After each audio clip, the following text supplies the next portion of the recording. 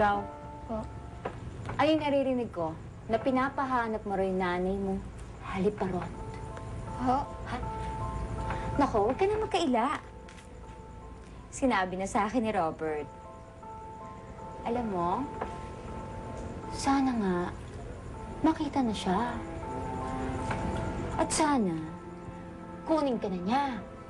Para wala ng peso dito. Ano yan?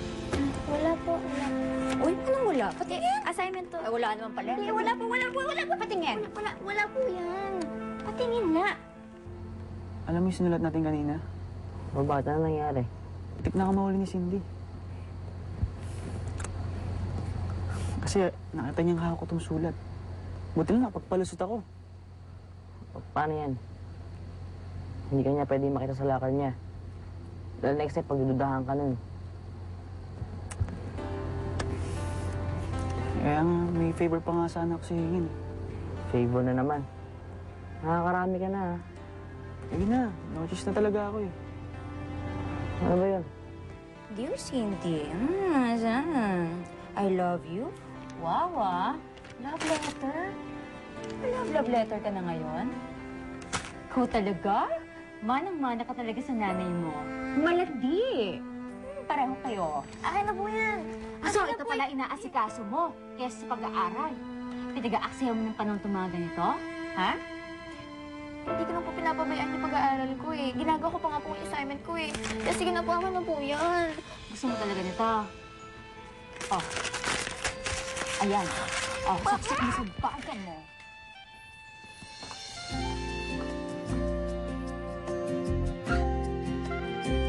Pwede ba sa susunod na sulat, ikaw na maghulog? Ano? Baka naman ako pamahuli yan. Di mag-iingat ka na lang. Ang hirap mo ng pinapagawa mo. Basta, mag-iingat ka na lang. Last naman na yun eh, promise. Nasa favor ko na yan. Sige, wala naman akong choice eh. Sige na, kawa ng bag ko.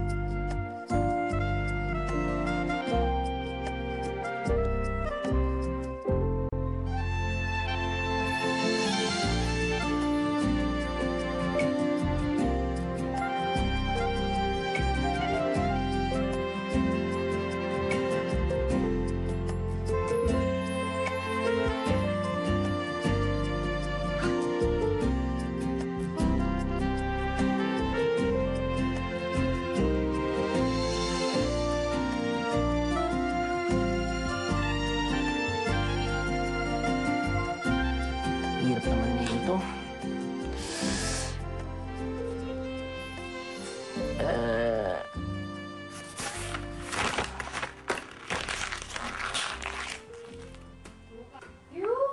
Perwisyo pa. Bakit?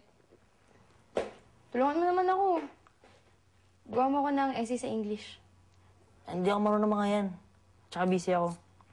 Di ba magaling ka magsulat? Tulungan mo na ako. Hindi ako magaling magsulat.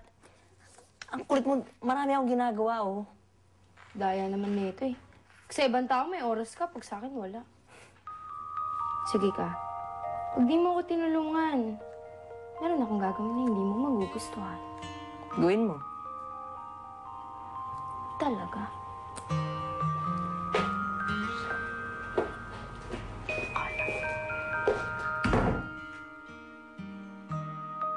Cindy?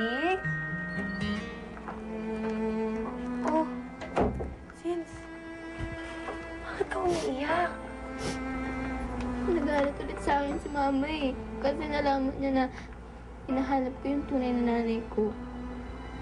Tapos nakita niya pa tong letter na to. Sabi niya, landi ko daw. Mana, baby, wag mo na lang munang intindihin si Ate Hilda. Alam mo naman, ang hirap niyang tansyahin after nang nangyari sa kanya, hindi ba?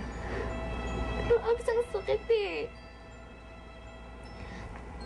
Wala akong pakialam kung hindi siya yung tunay na nanay ko. Alam ko pa rin siya. Pero siya naman galit na galit sa akin. Alam mo, ganyan talaga minsan ang buhay. Komplikado. Yung taong gusto mong mahalin, hindi ka naman mahal. Kung minsan, yung taong mahal mo, mahal ka rin, pero hindi pwede. Eh kasi naman ang isang hirap eh. Nahihirapan ako. Alam mo ba kung anong ginagawa ko kapag nahihirapan ako? Ano?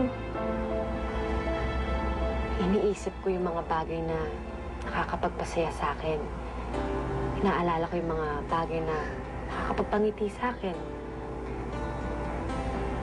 Tulad nitong love letter mo. Alalahanin mo nung una mo itong natanggap. Yung naramdaman mo. Isipin mo na ang buhay, hindi lang puro sakit. May mga masasayang experience din, hindi ba?